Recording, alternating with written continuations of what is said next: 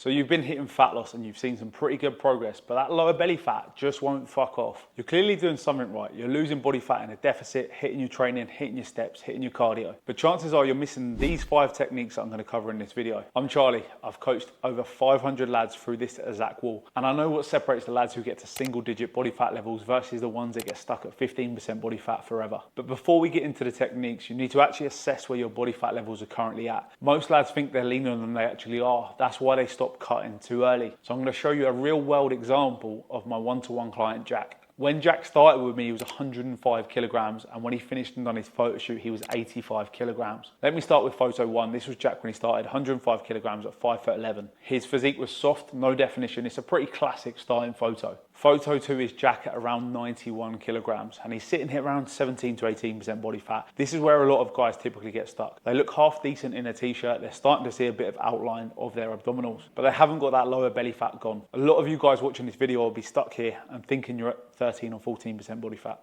Photo 3 is Jack at around 87 kilograms, and this is him around 12% body fat. This is what being genuinely lean looks like. You can see his upper body is starting to get very chiseled. He's still got that little bit of body fat creeping around the lower abdominals, but the majority of it is in a really good place. And this is the position a lot of guys want to try and get to. And photo 4 is Jack at 85 kilos on his photo shoot day. This is what single digit body fat looks like. He's got full ab visibility. All that lower belly fat is gone at this point. And if you notice, there's a 6 kilo difference between where a lot of you guys are at the minute and where Jack actually finished to see his lower body fat gone. So if you look closer to Jack at 91 kilos, you've got a couple of more kilos to come off than you probably think. And the 5 techniques I'm going to give you in the video are going to take you from where you're at all the way to that single digit body fat with no lower belly fat anymore. The first place we want to be looking is at your sleep, and sleep is massively important if you're trying to get to single digit body fat. You want to be aiming for 7.5 to 8 hours of quality sleep per night, as well as having the same bed and the same wake time within half an hour every day, even on the weekends. If you have less than 7 hours sleep per night, ghrelin, your hunger hormone, goes up. Leptin, your hormone responsible for metabolic regulation and suppressing your appetite, will drop. Your cortisol will go up, and also your training performance is going to nosedive down. All 4 of those things are not going to help you get to single digit body fat. I see a lot of guys that sleep 6 hours or less per night and they wear it like it is a badge of honor or a big flex. It really isn't, and it will be reflecting in your results. I recommend tracking your sleep to give you that same level of accountability, just like you track your steps. I personally track my sleep using the Oura Ring. You can use a Garmin, Apple Watch, your phone, whatever. The point isn't the device, it's about giving you that accountability and visibility on what you're doing with your sleep. I would never let it change and dictate my actions, but it actively makes me want to try and improve it. Number 2, you want to be trying to push your first meal back as late into the day as possible, 11, 12, even 1 p.m. The leaner you get, the lower your calories are going to have to go and the higher your hunger is going to increase. By pushing that first meal back, you're going to make it easier for you later on in the day, because if you can get to that first meal, you've then got a lot less time waiting in between meals, and it's going to stop you overeating in the evening because you've got more food then, which is typically where most guys will overeat. As well as that, your body is going to burn fat better in a fasted state. You're not trying to go from 30% body fat down now. It isn't just about your deficit. You've got to be looking at actual fat burning periods in the daytime. The moment you start getting food in, especially when carbs come in, that insulin in your body spikes, it increases your hunger, and it will typically amplify for the rest of the day then. So by pushing that first meal back, you're going to help yourself from a mental perspective and adherence to the plan, and you're also going to help your body from a physiological perspective. Personally, when I'm doing this, I will try to have a couple of black coffees in the morning, as caffeine is a natural appetite suppression, as well as chugging down a load of water. That really helps me get to that 12 o'clock when I have my first meal. Technique number 3, and it's probably not one you've heard before, but actually keeping a heart rate target when you're doing your cardio. Set a minimum floor you're going to allow your heart rate to be during your cardio. I recommend around 140 beats per minute, and then you won't let that drop beneath it for the whole session you're doing. The more cardio you do, the fitter you get, obviously. But being fitter doesn't help you get leaner. It's actually going to hinder that a little bit, because your body will become more efficient within these cardio sessions. So in half an hour on the cardio before, when your heart rate was higher, you might be burning 300 calories. Now you might only be burning 200 calories, which doesn't sound like loads, but when you apply that over the course of a week, over the course of a month, that is going to add up to be a lot of calories you're now losing from expenditure because you got fitter. To counteract this, you're going to have to increase the intensity of your cardio by whacking up the level, or even introducing some weight with a weighted vest or something like that. Personally, what I've done towards the end of my cut when I was getting fitter is, for the first 5 minutes when I was doing the stairs, I would turn the notch up pretty high, get my heart rate elevated, and it's a lot easier to maintain from that point. And sneaky tip as well, caffeine is going to help you get your heart rate up quicker at the start of your cardio. Number 4, and it is a fasted walk every single morning. I recommend roughly a half an hour to 45-minute brisk walk before you go home and you have your first meal of the day. Your body is already in that fat burning mode overnight because you've been fasted for an extended period of time. So by going and doing that expenditure, walking is going to extend that window and it's going to add some easy calorie burn in the morning to increase your baseline level of NEAT output. And when you wake up first thing in the morning, let's face it, your energy levels are typically at their highest. So it saves you trying to fit this in later on in the day when you're tired, when you've had a long day, maybe a big training session. You can get up, get it done early. Great for your cognition, great for body health, and great when you're trying to push to that single digit body fat level. Little bonus you're going to get from this as well, some morning sunlight, that light in your eyes is going to help with your circadian rhythm, which is going to help make sure you get a decent quality sleep. Sunlight in your eyes first thing in the morning is one of the best things you can do for your sleep pattern. And number 5 is strategic refeed days or even diet breaks. A refeed is essentially a planned day where you're going to increase your calories slightly above your maintenance and prioritize carbohydrate. This is going to help you, number 1, reduce the stress of dieting on your body. It's going to signal to your body that you're not actually starving, and it's going to help temporarily boost your leptin, which we touched on earlier in the video, which is responsible for hunger suppression and metabolic rates. So a bump to that is only going to help you increase your fat loss efforts moving forward. It's also going to help you mitigate reduced levels of NEAT and reduce training output, which is not going to help your fat loss attempts and actually make you risk a lot more muscle mass, which is going to ruin the end look you're trying to get to anyway. I always compare a refeed to like a slingshot, a little pullback to fire your fat loss attempts forward. You can't just keep running and running and running at it and not dig yourself into a deep hole. The higher body fat levels you are, the less you're going to need these because diet fatigue is typically lower. When you're getting to sub 10%, you can be looking at these from anywhere from 7 to 14 days, depending on the timelines you're working with. I must say, a refeed day, a diet break, these aren't cheat days. These aren't reasons to just go out and eat shit. Use more carbohydrate, clean carbohydrate, and you're going to get the maximum benefit from it from a training perspective and also from a deficit perspective. Now, none of these techniques mentioned in this video are hacks or secrets or anything like that. They're the unglamorous next layer that you need to be able to take your body to the next level. Genuinely, the lads who get to single digit body fat aren't doing anything as magic as you think. They're just doing the basics and executing them to a very well standard, whilst incorporating little layers like this that will help them drive to the next level in a smoother approach. The gap between where you're at the minute and where you want to get to is your consistency and your ability to look at the attention to detail with things like we've mentioned in this video. Most guys will watch this video and they won't go away and actually try and implement any of this stuff, but the ones who do will get there. If you want help applying any of these to your specific situation, I'm currently offering 4 weeks free coaching where you're going to get your training, your nutrition, your phases and accountability tracker all given to you with no catch for free. Guys that actually apply themselves on this see fantastic progress. I've had over 800 people pass through this. The link is in the description. If you're done plateauing, give it a go. That is the place to start. And of course, if you want to run this with me directly, there is also a one-to-one call booking link. Fill that in. It takes less than 60 seconds and I'll be in touch personally to jump on a call and help map this out and what that might look like for you.